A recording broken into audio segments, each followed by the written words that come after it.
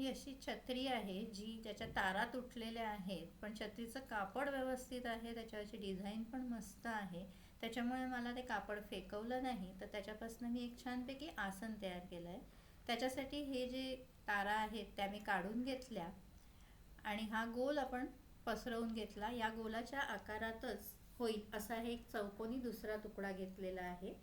हा तुकडा आपण याला जोडणार आहोत.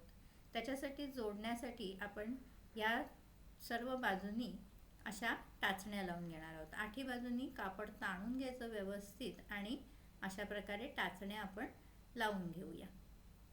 टाचण्या लावल्यामुळे आपल्याला शिवायला ते सोपं जातं, हलत नाही कापड. आणि याला आता आपण हात शिलाई मारून घेणार आहोत. मशीन असेल तर मशीन मारलं तरी चालेल, पण मी इथे हाताने शिवणार आहे. हात शिलाई व्यवस्थित मारून घेऊया सर्व बाजूनी आणि मध्यभागी सुद्धा आपल्याला एक गोल लावायचा आहे. आता बाजूचं जे कापड आहे त्याच कापडामधनं मी तो गोल काढणार आहे.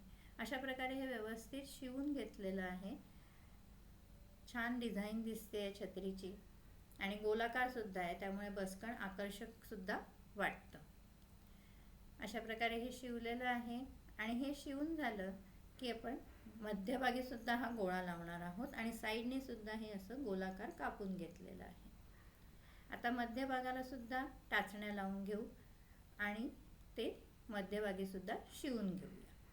बाजूचं जे कापड आहे ते आतल्या बाजूने वाळून, गोठ वाळून आपण ते शिवून टाकणार आहोत.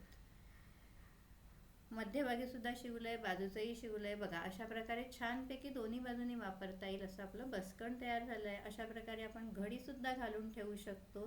ती जी पट्टी होती छत्रीची ती मी ठेवली होती, त्या छत्रीच्या पट्टीने आपण घडी घालून आपल्याला हे पिकनिकला सुद्धा घेऊन जाता येईल.